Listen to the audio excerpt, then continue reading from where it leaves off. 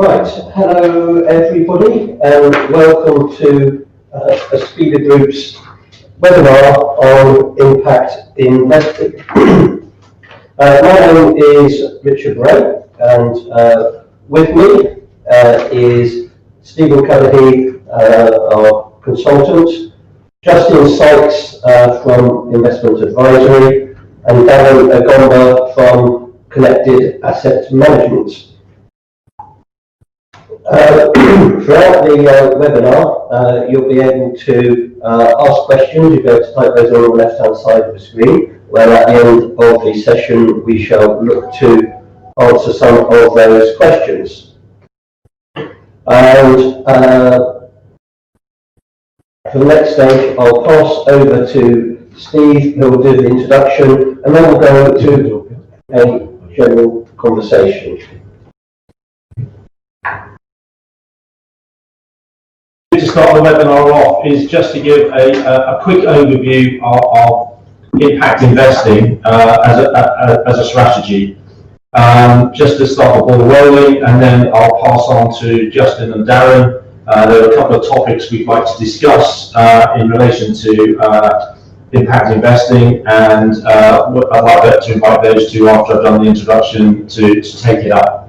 So if I just start, so impact investing is a strategy through which individual investors, angel syndicates, venture capital, or private equity funds seek a positive social or environmental impact, as well as a financial return.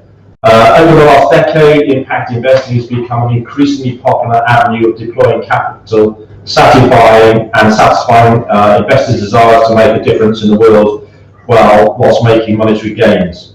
If we look at how impact investing activity has steadily increased over the last decade, the Global Impact Investor Network in 2020 annual Impact Investor Survey estimated that the current global market size of impact investing is $715 billion.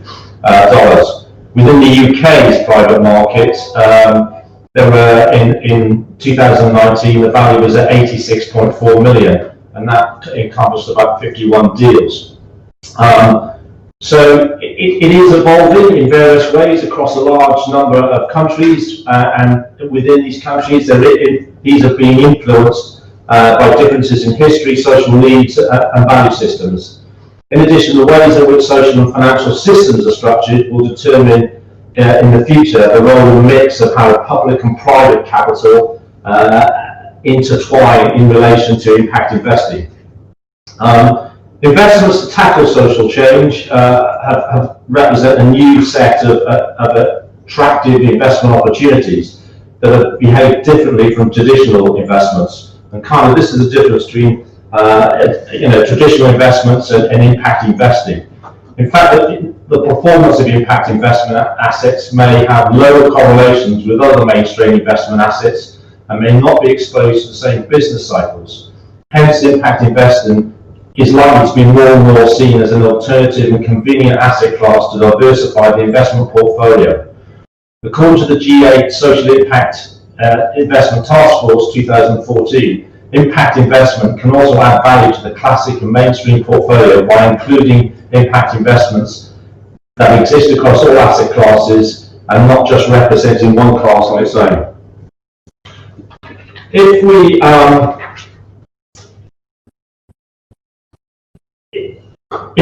look at how this is developing, in the last decade we've seen, and recently, the use of 150 million euros European structure funds in Portugal, or the use of 400 million pounds of unclaimed assets of dominant banks in the UK.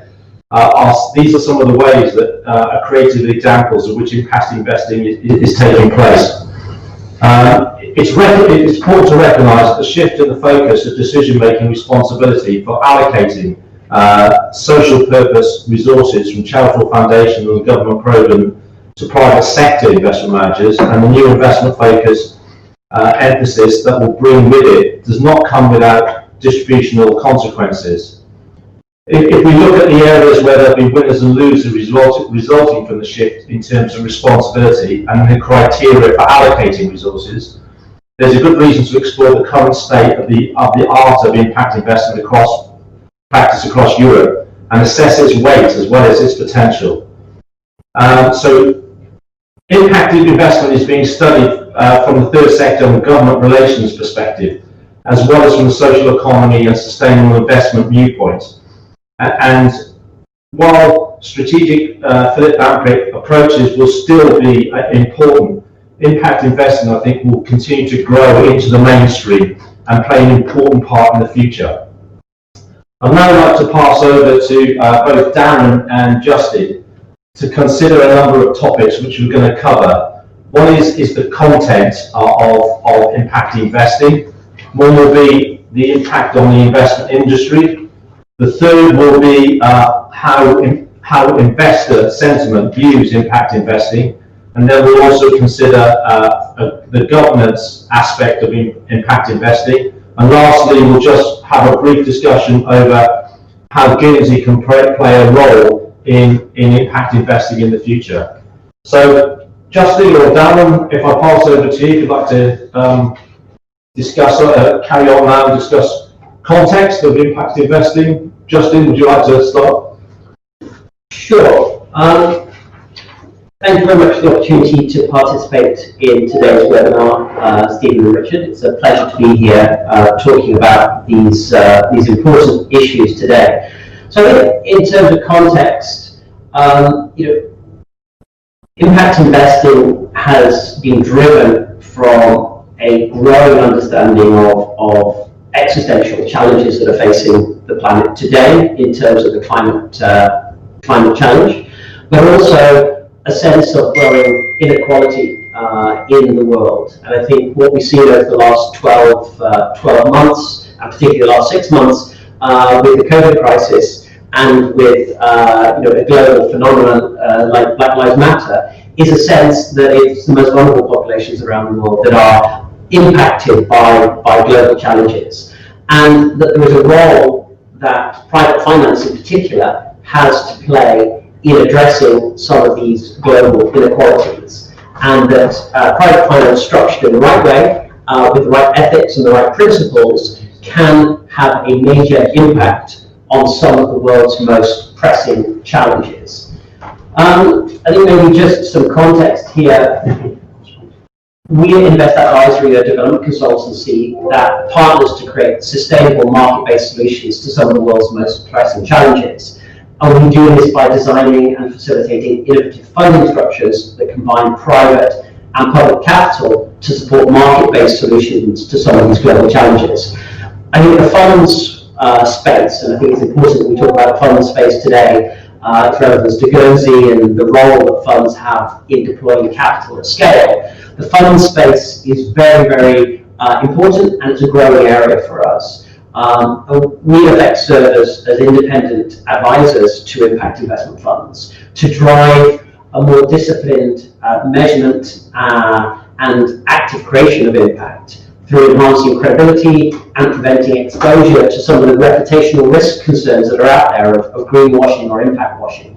And really these partners and clients that we work with run the gamut from private equity to emerging markets, impact funds, and include fund concepts such as job creation, financial inclusion, climate change, affordable healthcare, affordable housing. Thank you, Justin. Now, Darren, I'm not sure if you can hear us. Are you able to add to this? Sorry, just a slight problem, people, with Dan. We just need to sort out a slight technical point there. But Justin, I mean, you've highlighted various points, and I think these are taken from the 17 Sustainable Development Goals primarily, which of course is where the impact developments really will be focusing. Now that's just a small part of those.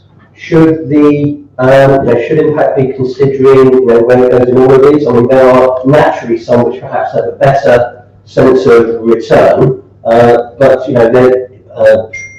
just beyond the sort of clean energy, we can pick up some things such as peace and justice, or reduced inequalities, and things such as that. So is there a way that impact investment can pick up that sort of some of the other of those development goals? Yes, great question, Richard. I think the Sustainable Development Goals, the 17 goals that were agreed by every single country on this planet in 2015, are a really useful framework and lens through which investors can seek to achieve meaningful social and environmental returns alongside commercial returns. Of course, when we unpack those SDGs and the underlying indicators that are core to achieving these SDGs, some clearly are easier to achieve than others. And I think what we're seeing certainly is when it comes to impact investment products and solutions that are being developed, that there is a stronger focus on a subset of those than some of the more challenging ones. So I think when we look at things like protection of our oceans, life underwater, life on land, peace and justice, these are more challenging to structure commercially viable investment solutions to. Whereas others, there's been very significant movement over recent years in things like financial inclusion, job creation through things like SME development, health and education, and then obviously the energy transition in terms of green energy. However, I think it's an important point to kind of go back to impact investing as a thematic. Impact investing is an investment thematic. It's not defining. It doesn't define. There aren't a defined set of returns. It's basically. It really, as a thematic, it depends on the investors and what their aspirations are. So there are returns across the continuum. So if you can make an investment which achieves that intentional social environmental return alongside a financial return, and there can be no trade-off in certain cases with commerciality. So you can achieve market rate returns and develop an impact. Or you could say, look, my priority is to make a real difference on certain issues that are of priority to me. And I'm willing to accept a trade-off, whether that trade-off be in terms of returns, whether it be in terms of risk, or whether it be in terms of liquidity. So, some very good examples of some large foundations we're working with. There's a London-based foundation that has a 400 million AUM, and their principle, their investment strategy, is to only achieve capital preservation. They want their money back protected against inflation, and all the underlying investments will increase wages for some of the most vulnerable people across Africa. So that family office has made a decision that they are impact-first investors, but it's not philanthropy because they're getting their money back protected against inflation. Whereas other investors will say, there's no trade-off. I want to achieve private equity, commercial market returns, and achieve impact. So it really depends on your investment strategy. Well, that's very interesting, actually. The fact that impact investment is there as a viable investment opportunity to gain returns, proper risk-weighted returns. So the opportunity not to reduce the sort of returns you'd be expecting from your investments or for your pension pot. But on the other side, you can actually use them to do good as well. But the important thing is you can have valid impact investments generating the sort of returns you would tend to expect anyway. Absolutely, absolutely. And I think if you look at, for example, some of the financial inclusion investments, some of the funds that are operating in the market now are sort of $1 billion plus funds that offer relatively low yields, but very strong stability that are attractive to the institutional investors, the pension funds of the world, where in a low yield market, these types of investments, because they are such a large pool of investments spread across multiple countries, have sufficient risk spread, but provide a stable and, as you mentioned in the introduction, often an uncorrelated yield. So yeah, I think this idea that it's not just preserve of the sort of ultra wealthy family office that is playing in the impact investment market, that increasingly the range of products and services available are starting to attract large institutional investors, and now increasingly tapping into pension and therefore retail investors coming in as well. And I think that, the whole story about the SDGs is really important one, because before the SDGs you had the Millennium Development Goals, the MDGs, which were highly criticised because nobody had done their homework to figure out, okay, these are all great sort of aspirational visions of changing the world and improving the world. Great, all good stuff. We can all get excited about it. But nobody actually put numbers, hard numbers, on how much it's going to cost. What the SDGs, as opposed to the MDGs, have done is they've got some significant amount of work done around with economists on board to actually cost out how much it would cost to basically alleviate poverty, address climate change, provide education for every single child on Earth. And that is a figure, and that figure is roughly about $4 trillion a year for the next 15 years to do that, which is a huge amount of money. When you talk about current flows of capital from the global north to the global south, which is a combination of remittances from migrants, foreign direct investment, overseas development aid, and you've got literally a factor of 10 between what's currently going, about 400 billion currently going in versus 4 trillion. So there's a factor of 10 gap between what needs to be put into emerging markets to address these issues versus what's going in. And it's only private capital that's going to solve that problem. So creating more products and more financial structuring in a way that attracts private capital to address these things is going to move the billions to trillions that will finance these SDGs. Right, so we've therefore now got this wonderful product that, again, depending on your investing sentiment, you can, family offices can use it, as you said, capital preservation, but still doing good. And it's also a standard, or can be a standard investment class where you're getting the right sort of risk returns you would anyway. So it's not a trade-off here that you're looking at. So we've got this great class here. So let's move on now to the investor sentiment part of this. So you've got the investors' concerns about impact investing. How can we monitor? How do we know that actually what the investment managers are saying is happening that it is actually ultimately doing good, which is the point of this impact investment. The return you can see, at the end, particularly when you exit. So it's how do you check and monitor that it's actually doing the impact it should be doing? Yeah, it's a really important point here, because I think the whole concept of impact investing, whilst being appealing, this idea that you can do well by doing good, that you can invest conscious capital that achieves these social and environmental objectives while generating a return. It's kind of having your cake and eating it. It's a wonderful concept, but the devil's in the detail, because I think the challenge here comes to being able to be authentic and genuine when it comes to offering these investment opportunities. And I think there's a real risk, and we're seeing the rise of, it's called greenwashing, and now it's sort of being brought into impact washing, that you're seeing a rise of concerns that actually what is being offered by the market genuinely going to achieve these social and environmental objectives that they hold themselves out to.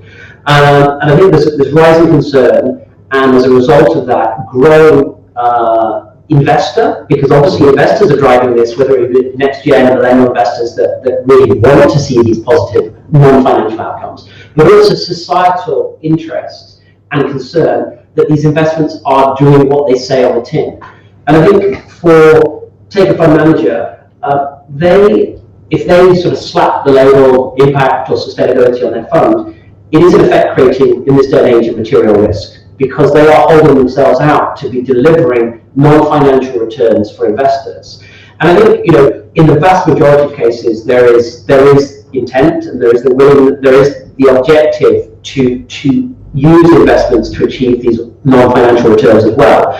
But if the systems and the processes are not in place to accurately and transparently and meaningfully demonstrate what impact you actually have through the investments, that creates a reputational challenge for fund managers, for example.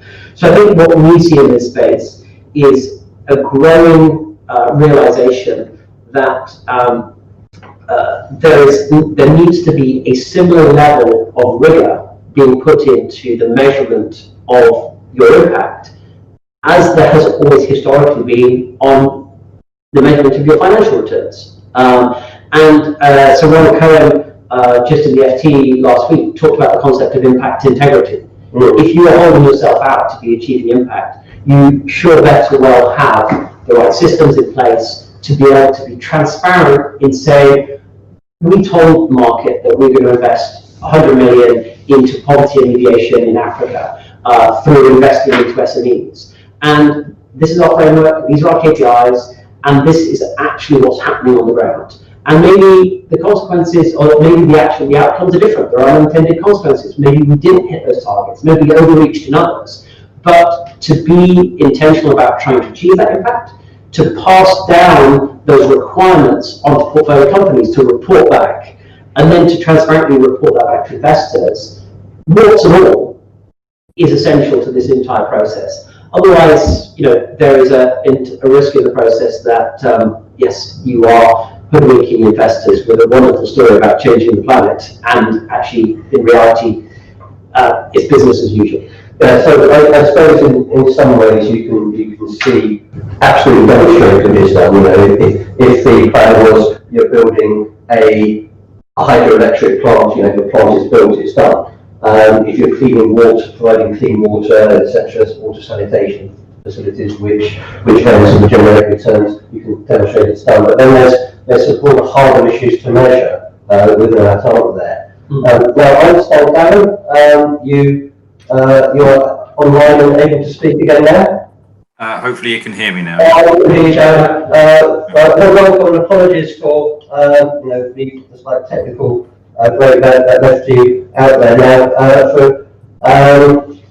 Darren was going to be able to give us some good input really on particularly where the UK pension industry is on this. So Darren, can I hand over to you for a little bit to tell us about that? Yeah, sure. Do you just want to follow up on what Justin has just stated, and then go on to the UK pension market? I probably didn't catch all of what Justin said, so I wouldn't want to. So maybe we'll pick it up. So I think from the pensions market perspective, obviously, there are some regulatory requirements coming down the pipe that is going to be imposed upon UK pensions, and probably the biggest one of those is the TCFD requirements that are part of the pensions bill, which the pensions minister assured everybody this week that will be passed by the end of the year, and that will require pension schemes in the UK over a period of time, dependent on their size, to start to report on their some very stringent, data on their effect on climate, etc., which is going to change the nature of things quite considerably. So there is a willingness to embrace responsible investment and ESG and impact investing, but also there is in the background that the rumbling of more and more regulation driving behavioural change. So I think from my perspective, I would categorise impact investing along as a part of the whole responsible investment approach, if you like. Responsible investment will really include things like screening and exclusions and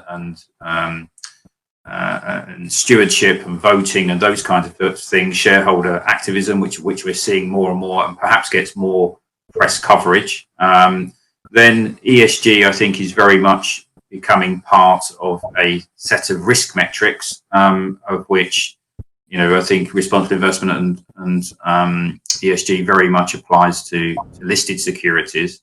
And ESG is very much a forward-looking risk consideration, I would say, and that is starting to be embedded across all of asset management, but also within the pension governance process. And impact investing, I would say, is the kind of the little brother, but the one that has the biggest potential. And that's investing in companies and funds who apply an equal weighting towards a financial outcome, as well as a measurable and intentional, societal or environmental impact. And that, at the moment, is very much private markets, and up until now been very much limited towards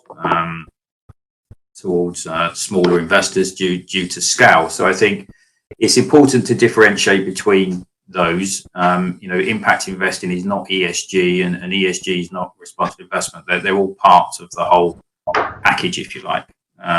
But I think if you look at the UK pensions market alone, we're seeing this huge migration from capital, being stored in defined benefit schemes, towards those contributions now going towards defined contribution schemes. So DC schemes. So there is a change in the way that assets are being pooled around the world, really, and that's going to require it creates different challenges but different opportunities. But the market is huge, and I think it's going to have a fundamental effect on the whole asset management industry once pensions in the UK but globally start to embrace and adopt some of these policies and some of these different asset classes.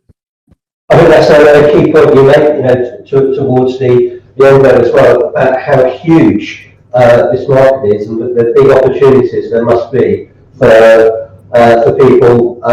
But then you have the need to do it right, and just we're touching on investment sentiment and perhaps some of the concerns of the impact washing.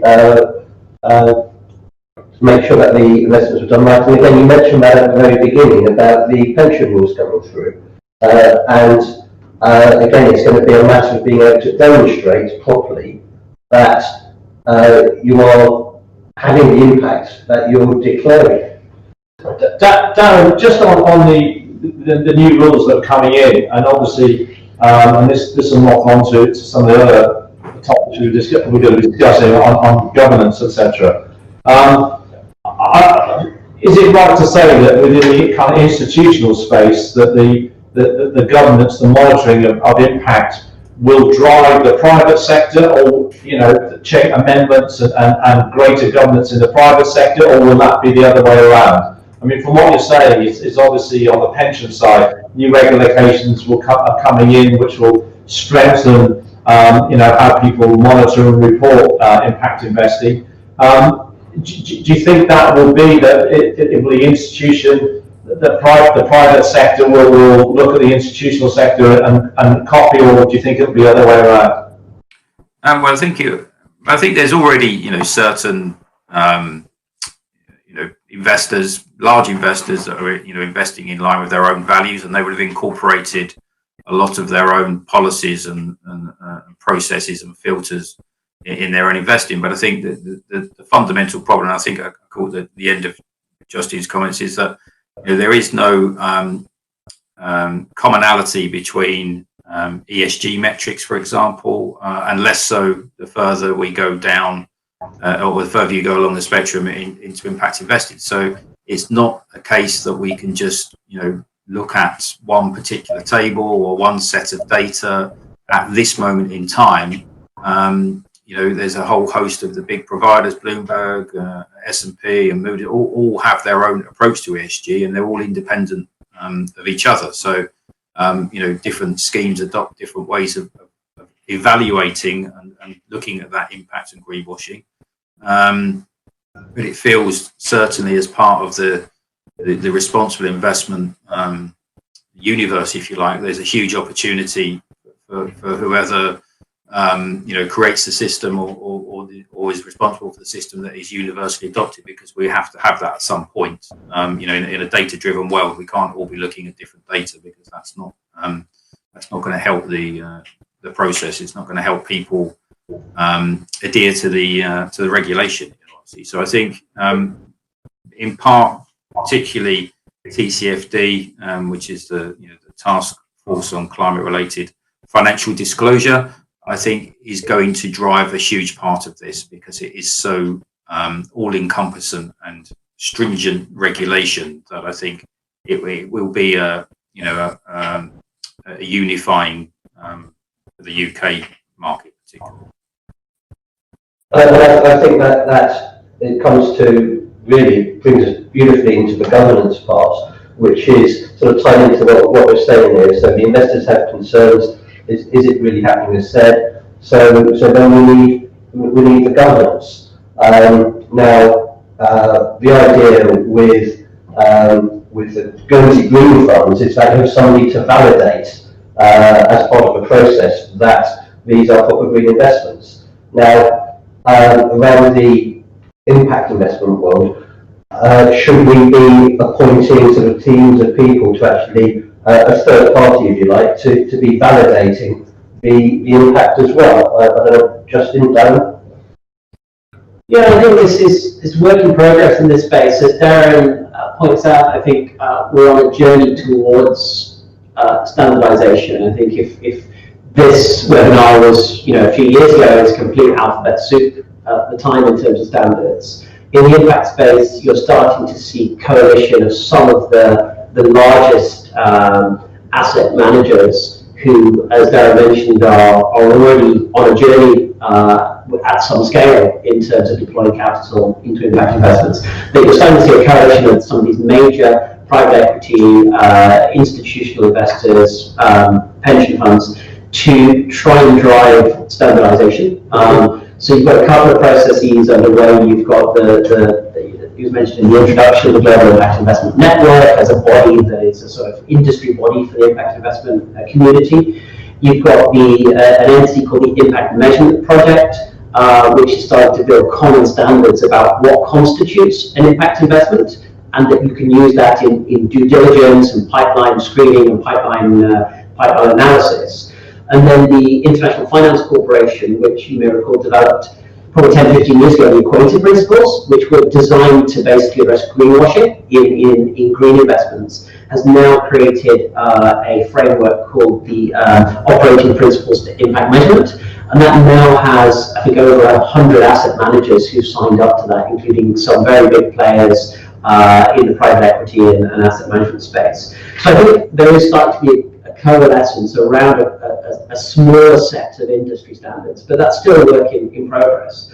And I think that doesn't negate the need for impact governance as well. And I see impact governance on a couple of levels. I think one is within the investment structure. So, I think what we're seeing globally is the rise of, if an impact fund comes to market that is holding itself out to achieve these very specific social and environmental returns, that needs to be recognized in the governance. And that could be having a specialized advisory board that has individuals on that advisory board that bring specific skills relevant to climate change or poverty alleviation, etc. It should also, I think, increasingly be recognised within the directors, because if you think, for example, a board is responsible to the fiduciary responsibility of the board to investors on a standard fund is just commercial, but when it comes to an impact fund, those investors have been attracted into the fund through a clear set of non-financial returns as well. So I would argue that there is a need and there is a rise, and we're seeing it in some of our roles, a rise for an impact NED that basically is there to protect the interests of the investors when it comes to their non-financial returns. Is the investment that comes from is the deal that comes from the investment committee to the board for approval, in the other way, is this sufficiently commercial enough? We also now need to look through that other lens. is this sufficiently impactful enough? Does it align with the impact statement that was put within the prospectus and the PPM, which we then went to market with? Because if it's not, we've got a problem there. And balancing both these commercial considerations and impact considerations. And then I think to your point, there is also a growing need, and that speaks to Sir Roland Cohen's point about impact integrity. There is a need for third-party assurance. Just as you have an auditor looking at your books, even if you have professionals within the fund management team, within the investment team, there is a need to have a third party who looks at that. And you can't, we were talking to fund managers a few weeks ago who said, look, we've got expertise in this space, but we can't mark our own homework. We need somebody who's expert in this space to come in and say, your processes are in line with best practice. Your impact data is telling a meaningful and transparent story of what's happened. So that impact verification and assurance piece is increasingly important, and we're seeing again the need for these types of services in a growing number of our fund engagements. So Dan, on that same subject, so what are you seeing actually out there that's happening? What level of assurance, what sort of type of assurance are you getting within there to test the impact? I think it goes back to sort of the point around, what is impact, what is responsible investment, etc. So I think there's a whole host of existing funds out there that are labelled sustainable or sustainability that pretty much invest exclusively in listed securities. And as far as I'm aware, there's not many listed businesses that have intentional impact. For me, an impact fund is very clear in that it equally weights between financial return and intentional impact. And so I think when a lot of this, particular greenwashing or efforts to demonstrate that there's no greenwashing is being applied to those, that first cohort of funds. I think most people who have set up,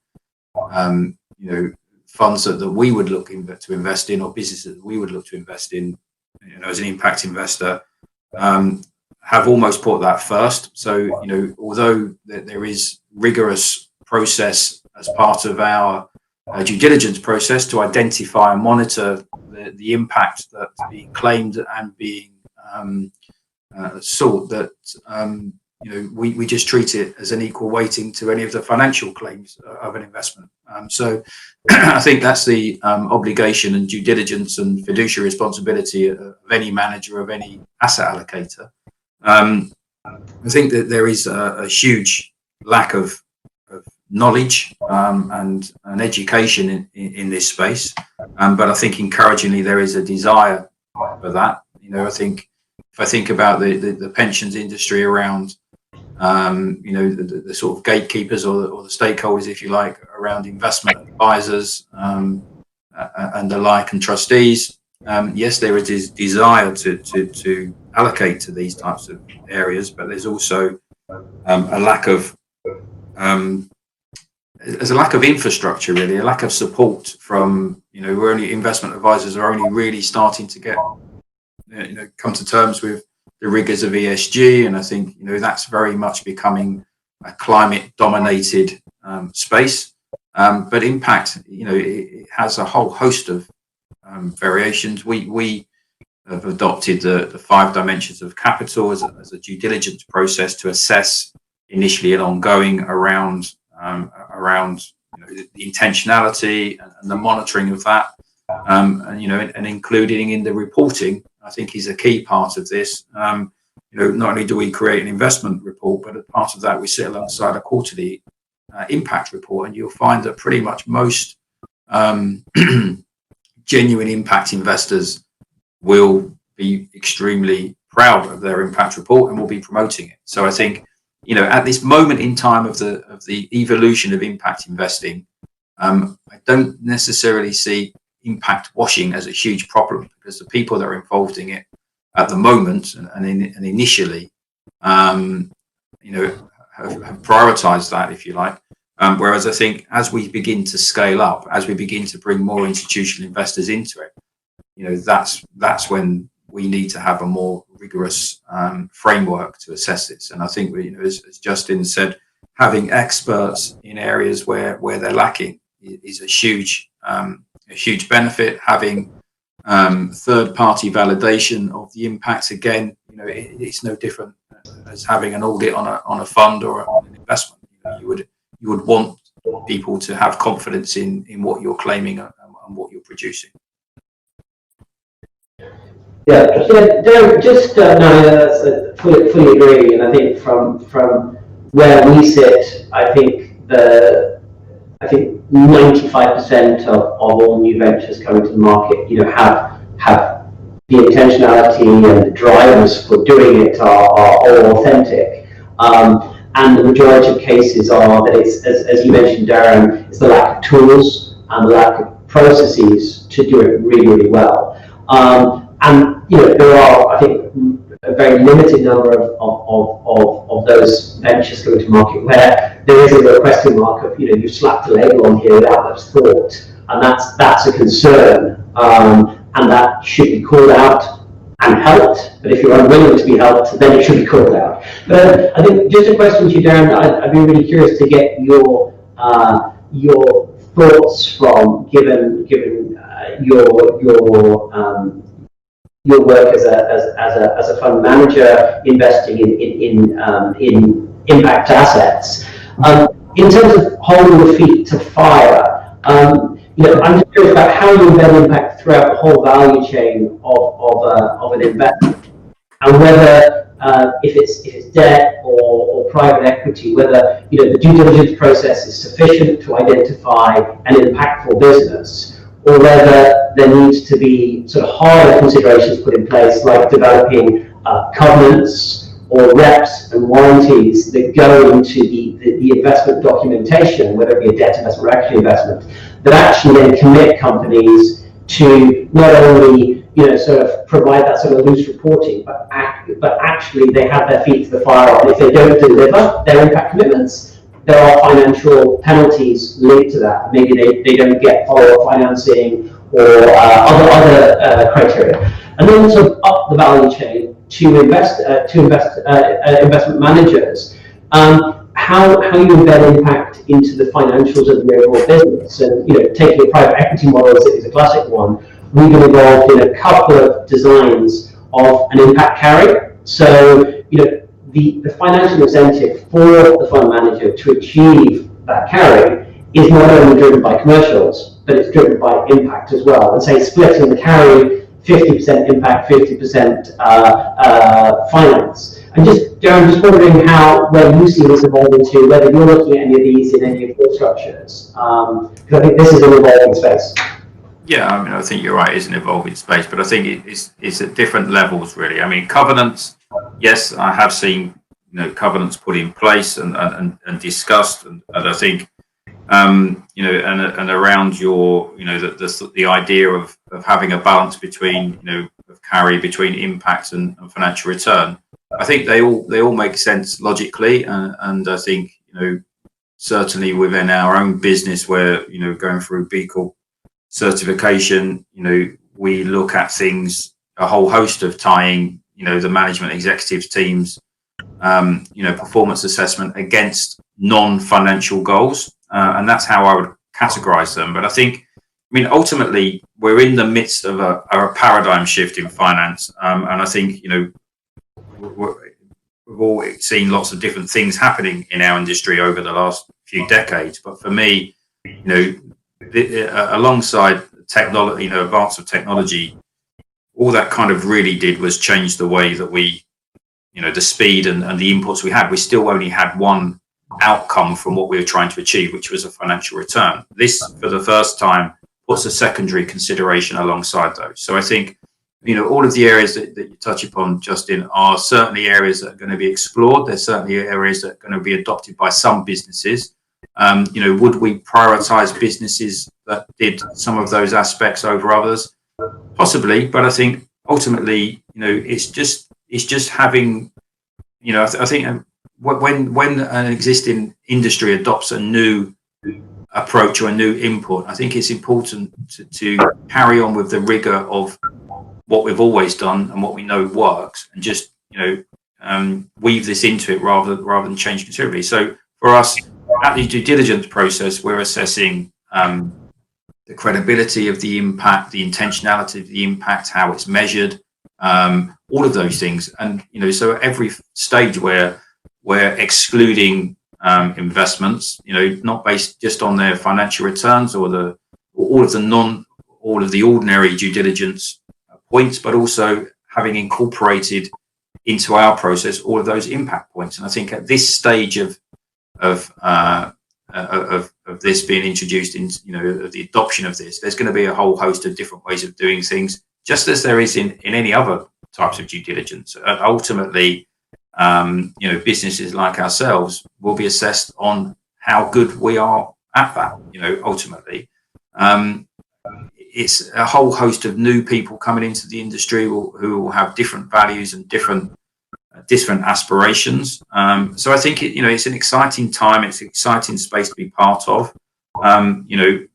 We as a business have gone to the level of actually tying, our own performance as executive team to non-financial, outcomes, and I'm seeing that across a number of things. But I would say at this stage, and the overriding feeling I have when I look at genuine impact investments, not listed securities, because I think that's a whole different area altogether, but from the people that are investing in things like the microfinance funds, or that they are in social and affordable housing, the impact element of their business runs right through them from day one. That's why the business was set up. When the more challenging assessment comes is when a business is maybe like a Schroders or a Fidelity or somebody else who actually sets up a fund and it's not embedded in their process. I mean,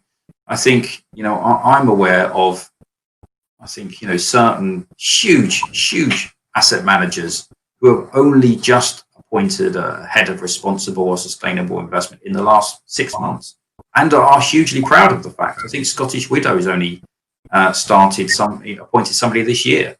So I think there's a huge. We are at the very, very beginning of this, I guess, is my point. And I think all of these, we're not going to have the set answers. We just got to have the right, the right direction and the right attitude to it. And I think, as an industry, it will evolve. But I think, it can't be emphasized enough that, that some of these global leaders in our industry are still only starting to wake up to responsible investment, which is quite something. So Stephen, actually, kind of is a good spot to bring in, I think, to how Guernsey can be playing a role in this. So we have a new industry, if you like, investment type, and Guernsey's traditionally been very good at coming to these things. So where do you think Guernsey's going to be able to be playing a role here? Well, I think if we take outside the pension industry, because the pension industry in the UK is very much centred around specific structures and is very much based, in the UK. So if we look outside, to the private sector and to institutional investors, then I think Guernsey has a huge role to play in this, because I think of the flexibility of the structures that we've already got, fund structures that we have here, our existing regulations, our existing governance. There's a whole host of aspects in Guernsey. The pieces of the jigsaw are already here, and that where we take, impact investing could play. Guernsey has a lot to offer that in the non-pension space, because I think about the flexibility of our structures affects, our regulation, our governance structures, the fact that we've got a lot, the industry over here has been going for over 30 years. We've got, seasoned professionals, both in the administration, legal, auditing, governance, even, such as people like Justin with impact governance, that there is a pool of expertise that can be used in relation to impact investing. And I think, Darren, from your perspective, I mean, you've obviously used Guernsey for funds in the past. I mean, outside of the pension space, do you share that view in that, you know, Guernsey could be a place where impact investing could use the structures here? Yeah, 100%. I think that my own perspective of this and is that you know, we're still in the time frame where the opportunity is huge, and I think if a jurisdiction such as Guernsey was able to, you know, embrace this in an organised way with some of the you know, some of the governance side and expertise and focused minds in creating or not even creating but adapting existing fund structures to suit, you know, the issues around impact in you know, and incorporating the ability to marry the two elements together of impact due diligence and expertise, as well as you know, the thing that you know, you already do, which is the financial side. Then I think there is a wonderful opportunity to sort of pioneer and be the, you know, you know, the example to the rest, because it's a gap that's going to be filled one way or the other, because the demand is so great and the adoption is so great and the pace of adoption so quick, that it's a gap that needs filling. And I think that, you know, Guernsey particularly, you know, as we, you know, navigate through Brexit, etc., it's an opportunity to really establish itself as a centre of excellence in this new area of investing, because it's not going away. And if not Guernsey, it will be somebody. And indeed, Guernsey was a first mover on green funds. And so, Justin, where do you think we'll be on impact funds? Where do you think we'll be developing something there? Yeah, I think that's a really important point, Richard, that Guernsey is not, you know, it's not a standing start. That there is already significant momentum that's been built around the green finance space. So you have Guernsey Green Finance as a group, which is across the entire industry, financial services industry here, driving the adoption and marketing as Guernsey as a destination for green finance. That's backed up by the world's first green funds regime, Guernsey Green Funds, and then there's a green segment on the stock exchange. So I think these are all useful assets that can be pointed to and used as a platform for growth. I think there's growing understanding of the broader opportunities beyond green finance. As Darren spoke to, the broader responsible investment ecosystem. So from responsible investment, ESG, sustainable investment through to impact. And that's a very large world and growing. And it's also topical, it's relevant. You know, you see countries launching COVID bonds, and those COVID bonds are now being linked to the IFCA social bond principles. So there's a lot of opportunity, and it's a growing pie.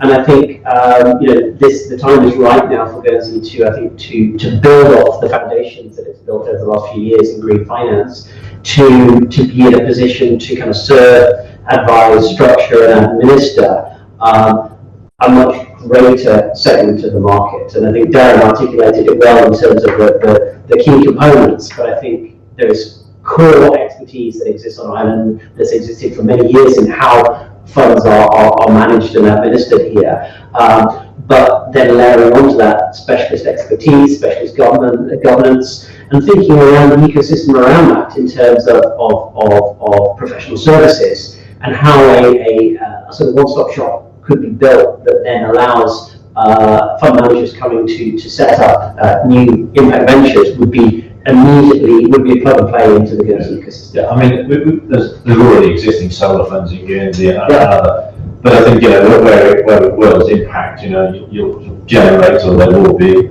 similar to what Darren's doing, you know, impact asset managers who will be investing in an array of impact strategies, and I think that's where, you know, we've got the basis in Guernsey. We just need to look at what we've got and ensure that we can you know, manage those and accommodate them. And I think that, you know, Guernsey will be in a good place to be as the impact investment industry, you know, continues to develop.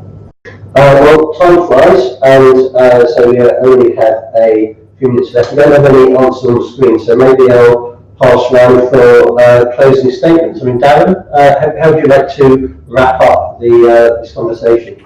Yeah, I mean, just to touch on the Guernsey opportunity. I mean, I can envisage, a fund structure that for an applicant business that is incorporating as much rigor in the the financial side and the due diligence as it does on ensuring that the manager adheres to a set impact or whatever, or ESG framework as well. And I think that would give the investor, the capital, the allocator, the confidence to know that a regulator is monitoring and is put in that framework. So I think that's one element to that. But I think what I would like to close on is something we haven't particularly touched on, is that impact investing is not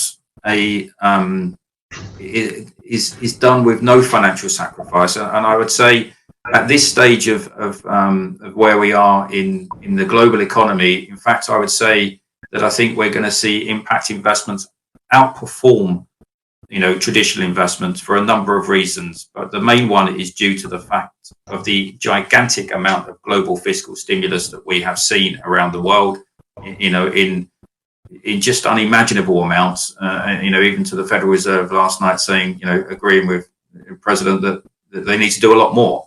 And you'll find that, in impact investing particularly, you tend to be very close to that fiscal tap. So, if you look at social and affordable housing, and REITs have performed, just unbelievably compared to traditional, property investments, where,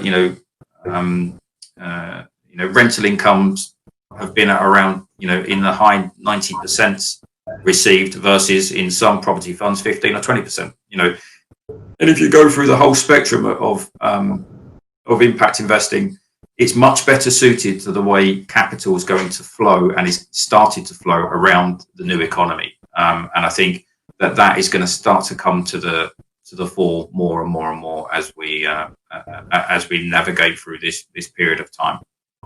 Justin? Yeah, I think it actually speaks to the breadth of impact investment as an investment theme. I think Darren's focus is primarily on sort of UK OECD markets, and our work primarily is on supporting investments into emerging markets. And I think just to give a sense of the scale, I think in our world, when it comes to the potential in emerging markets, it is just incredible that we see it through the lens of sort of the aspirations of growing populations in emerging markets for quality services. So, life enhancing interventions like clean water, sanitation, education, healthcare, everything has a right for that.